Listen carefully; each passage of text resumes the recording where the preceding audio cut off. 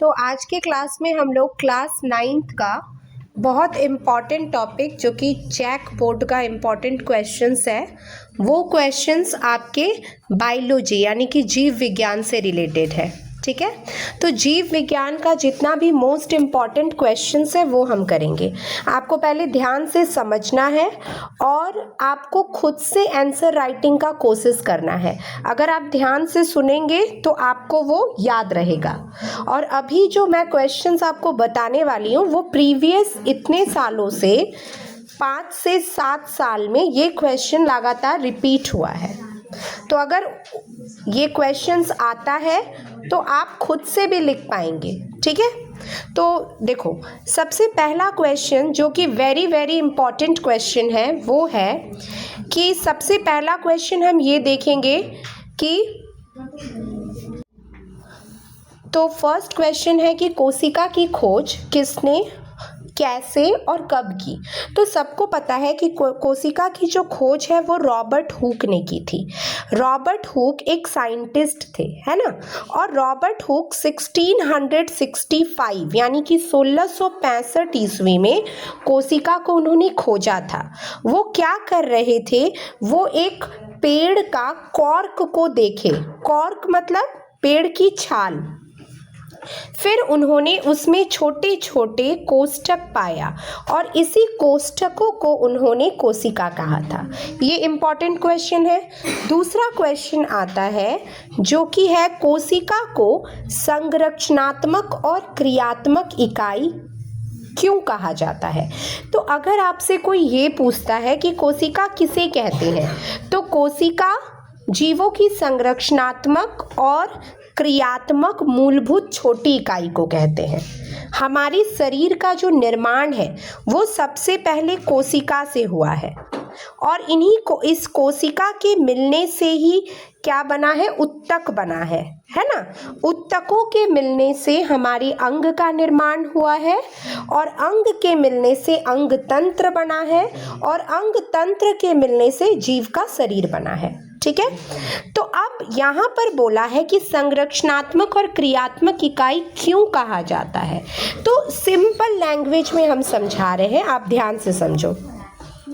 आप ये लिखेंगे कि जैसे एक घर का निर्माण ईंटों से होता है और ईंटों को ही हम क्या कहते हैं, मूलभूत इकाई कहते हैं। जैसे एक घर का निर्माण ईंटों से हुआ है, ठीक उसी प्रकार हमारे शरीर का निर्माण भी किससे हुआ है, कोशिका से हुआ है। इसलिए इसे संरचनात्मक इकाई कहते हैं। अब क्रियात्मक इकाई क्यों कहते हैं, तो हमारे जीवन की प्रत्येक क्रिया का संपादन, जो भी क्रिया हो रहा है वो कोशिका में हो रहा है, इसलिए कोशिका को हम क्या कहते हैं, क्रियात्मक इकाई कहते हैं। ठीक है, अब आते हैं अगला क्वेश्चन है आपका कि किन कोशिकांगों के 3 कोशिकांगों के नाम बताइए। ठीक है, तो 3 कोशिकांग क्या है, कोशिकांग किसे कहते हैं। तो कोशिका में देखो तीन मुख्य भाग है कोशिका का। ठीक है, एक होता है केंद्रक होता है, पहला तो अंदर का केंद्रक, उसके बाद साइड में कोशिका झिल्ली है, बीच में केंद्रक है और उसके बीच में क्या है, कोशिका द्रव्य है। तो कोशिका द्रव्य में कुछ कुछ पदार्थ होते हैं जो हमारी आंखों से हमें नहीं दिखते हैं। ऐसे कोशिका भी तो बहुत छोटा है, उसको भी देखने के लिए सूक्ष्मदर्शी यंत्र चाहिए।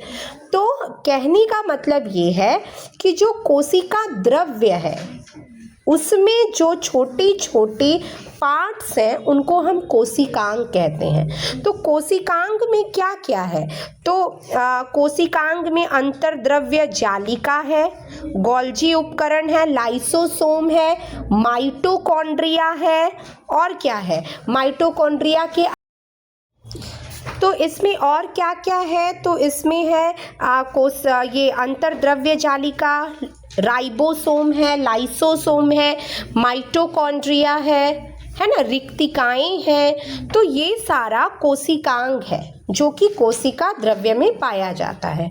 अब आते हैं कि कोशिका के 3 कार्यात्मक क्षेत्र क्या क्या हैं।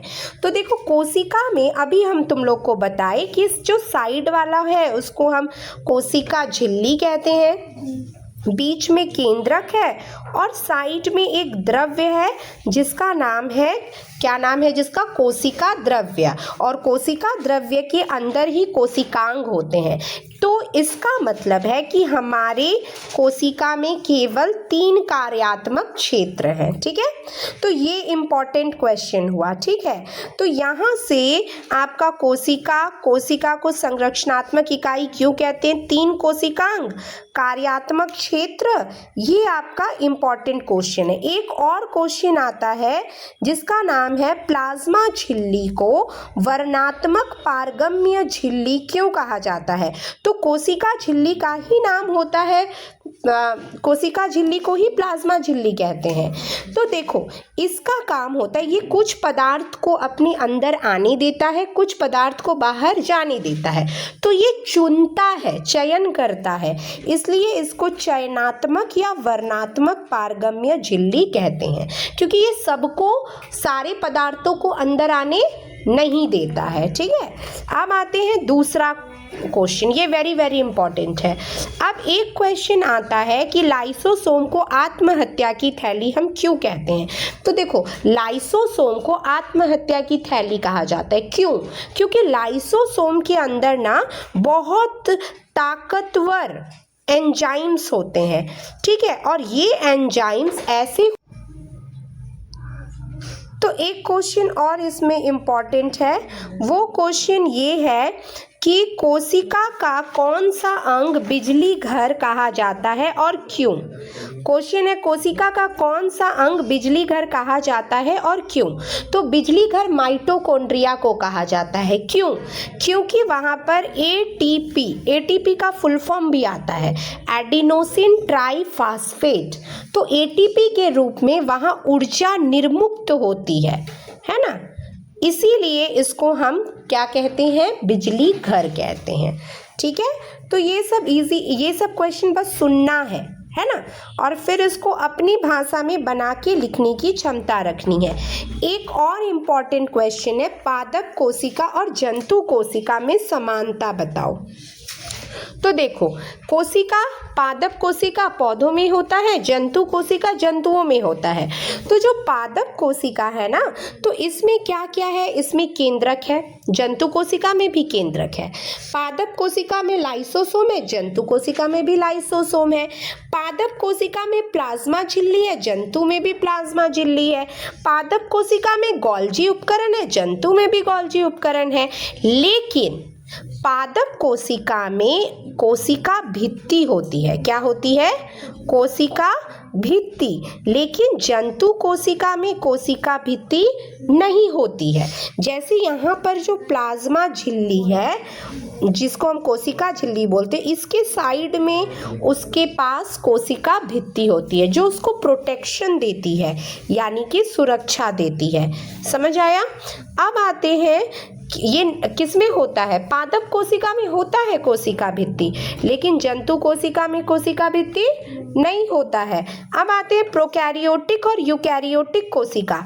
तो देखो, प्रोकैरियोटिक कोशिका जो होता है, वो कोशिका एक हम बहुत आसानी से समझा रहे हैं, तुम लोग बहुत आसानी से कैसे याद कर सकते हो, ये देखो, प्रोकैरियोटिक, यूकैरियोटिक।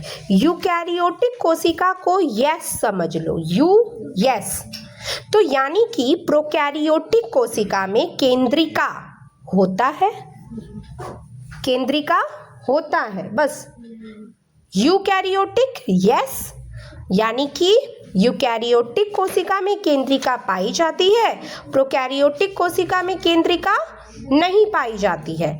ठीक है, अब आते हैं नेक्स्ट क्वेश्चन। तो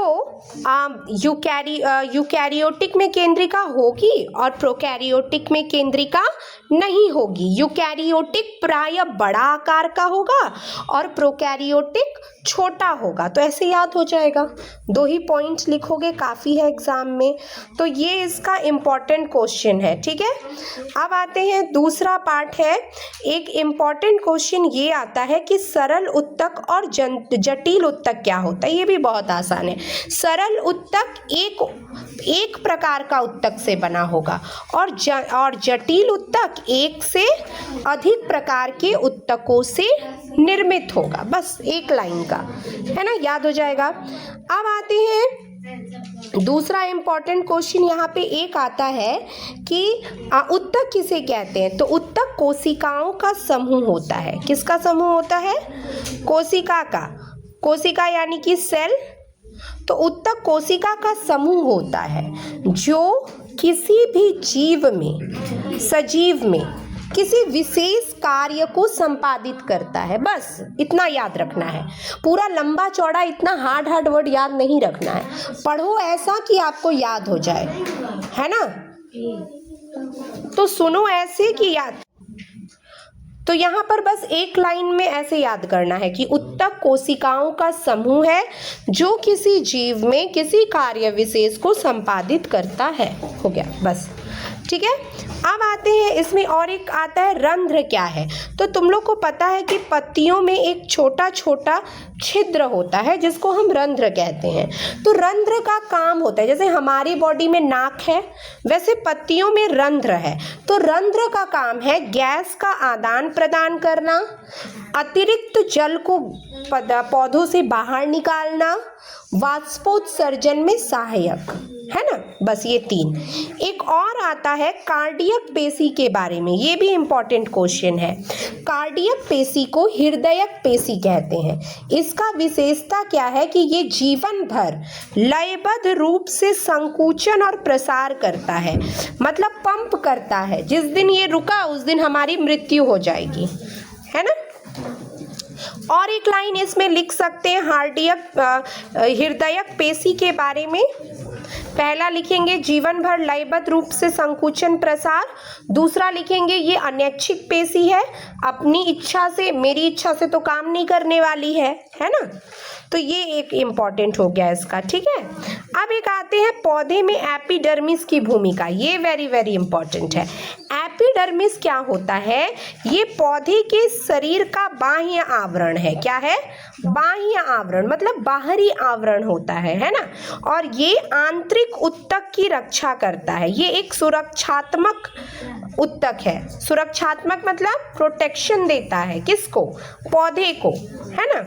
तो ये एक हो गया। ये एक इम्पॉर्टेंट क्वेश्चन आता है, ये बहुत बार आया है एपिडर्मिस वाला, इसको आप लोग जरूर देखना, ठीक है। एक होता है फ्लोएम के 4 भाग। फ्लोएम उत्तक के 4 भाग, चालनी नलिका, साथी कोशिका, फ्लोएम पैरेन्काइमा, फ्लोएम रेसे। ये भी आएगा, इम्पॉर्टेंट है। अब आते हैं हम और एक इम्पॉर्टेंट एरिओलर उत्तक का काम। ये इम्पॉर्टेंट है, ये बहुत बार आता है। तो एरिओलर उत्तक का काम है अंग के बीच स्थान को भरता है। आंतरिक अंग, आंतरिक मतलब शरीर के अंदर के अंग को आंतरिक अंग कहेंगे। तो आंतरिक अंग को सहारा देगा, मरम्मत करेगा, है ना। तो ये हो गया। अब आते हैं नेक्स्ट क्वेश्चन आ गया तुम्हारा ऐच्छिक अनैच्छिक पेशी। तो ऐच्छिक पेशी वो है जिसको हम अपनी इच्छा अनुसार काम करवा सकते, गति करवा सकते, है ना। जैसे हाथ पैर का पेशी को ऐसे उठाया, तुम्हारी मर्जी से काम करेगा। लेकिन अनैच्छिक पेशी ऐसा है जो तुम्हारी मर्जी से काम नहीं करेगा। तो जैसे इसमें हृदय की पेशी, किसी का भी हृदय का पेशी अपने मर्जी से काम, हम लोग की मर्जी से काम नहीं करता है। अब लास्ट चैप्टर का क्या है सुनो। एक आता है वृहत पोषक क्या है। ये वेरी इंपॉर्टेंट है। एक सूक्ष्म पोषक होता है। पोषक तत्व, सबको पोषक तत्व चाहिए, क्यों? वृद्धि के लिए, मरम्मत के लिए, निर्माण के लिए। पोषक तत्व क्या है? कार्बोहाइड्रेट, प्रोटीन, वसा, विटामिन, ये सब है, ये हमारे बॉडी का है। अब आते हैं वृहद पोषक क्या है। ऐसा पोषक जो पौधे को ज्यादा मात्रा में चाहिए, जैसे nitrogen, phosphorus, potassium, calcium, magnesium और सल्फर, ये ज्यादा चाहिए, इसकी ज्यादा मात्रा होगी वो वृहद पोषक तत्व, और जिसकी कम मात्रा चाहिए वो सूक्ष्म पोषक तत्व। ये एक इम्पॉर्टेंट क्वेश्चन है, ठीक है। अब एक और है, कुक्कुट पालन किसे कहते हैं। तो कुक्कुट पालन का मतलब होता है मुर्गियों को पालना, किसके लिए, अंडे के लिए, मांस के लिए, है ना, इसके लिए। अब एक बात है, एक और क्वेश्चन आता है यहाँ पर, वो है कि पशुपालन। तो पशु को पालना, उनका प्रबंधन, मैनेजमेंट कहलाता है पशुपालन। अब हम पशुपालन करेंगे तो क्या क्या करेंगे, उनको भोजन देंगे, उनका प्रजनन करवाएंगे, रोग से भी नियंत्रण करेंगे। अगर हम रोग से नहीं नियंत्रण करते तो पशुओं में ज़्यादातर रोग होता है ना। बर्ड फ्लू का नाम सुना होगा तुम लोग, है ना। तो पशु को पालेंगे क्यों, क्योंकि उससे लाभ है। तो लाभ क्या हो सकता है, एक तो दूध देने वाली पशुओं को पालेंगे, दूसरा ऐसे पशुओं को पालेंगे जो हमारी खेतों में मदद करेगा, अंडे देने वाले पशुओं को पालेंगे, मांस देने वाला पशु को पालेंगे, है ना। तो इस तरह से ये हो गया। और सूक्ष्म पोषक और वृहद पोषक जरूर पढ़ लेना। और एक लास्ट क्वेश्चन है कि उर्वरक और खाद क्या है। तो देखो ये हम इजीली बता देते हैं। उर्वरक जो कि फैक्ट्रियों में बनाया जाता है, खाद जिसको खेतों में बनाया जाता है। उर्वरक में NPK की मात्रा अधिक होती है, खाद में NPK की मात्रा थोड़ी कम होती है। NPK मतलब नाइट्रोजन, पोटेशियम, फास्फोरस, ठीक है। और हम क्या लिखेंगे, उर्वरक अधिक हानिकारक है, ज़्यादा नहीं प्रयोग करना चाहिए। खाद हम अधिक प्रयोग कर सकते हैं क्योंकि ये हानिकारक नहीं होता है, बस इतना याद रखेंगे। और एक ही बोल सकते हैं कि उर्वरक में ह्यूमस की मात्रा कम होती है और खाद में ह्यूमस की मात्रा अधिक होती है। एक है खरपतवार किसे कहते हैं, ये भी इम्पोर्टेंट है। तो जब हम खेतों में फसलों को उगाते हैं तो उसके साथ कुछ अवांछित पौधे उगाते हैं। अवांछित मतलब बेकार का पौधा, है ना, जिसका कोई यूज नहीं होता है, उसको हम खा नहीं सकते। तो वो अवांछित पौधा, अनवांटेड प्लांट्स को ही हम कहते हैं खरपतवार। तो खरपतवार को हटाने के लिए खरपतवारनाशी का उपयोग किया जाता है। तो ये जीव विज्ञान का इम्पॉर्टेंट क्वेश्चंस था। इसको 2 से 3 बार बस सुनना है और सुन करके याद रखना है ना। जरूरी नहीं है हर चीज़ को आप लिखेंगे, आप पहले इसको सुन करके अच्छे से याद रख लेंगे। आपको दोबारा पढ़ने की ज़रूरत है क्योंकि जो चीज़ हम कान से सुनते हैं वो हमको ज़्यादा देर तक याद रहता है, ठीक है।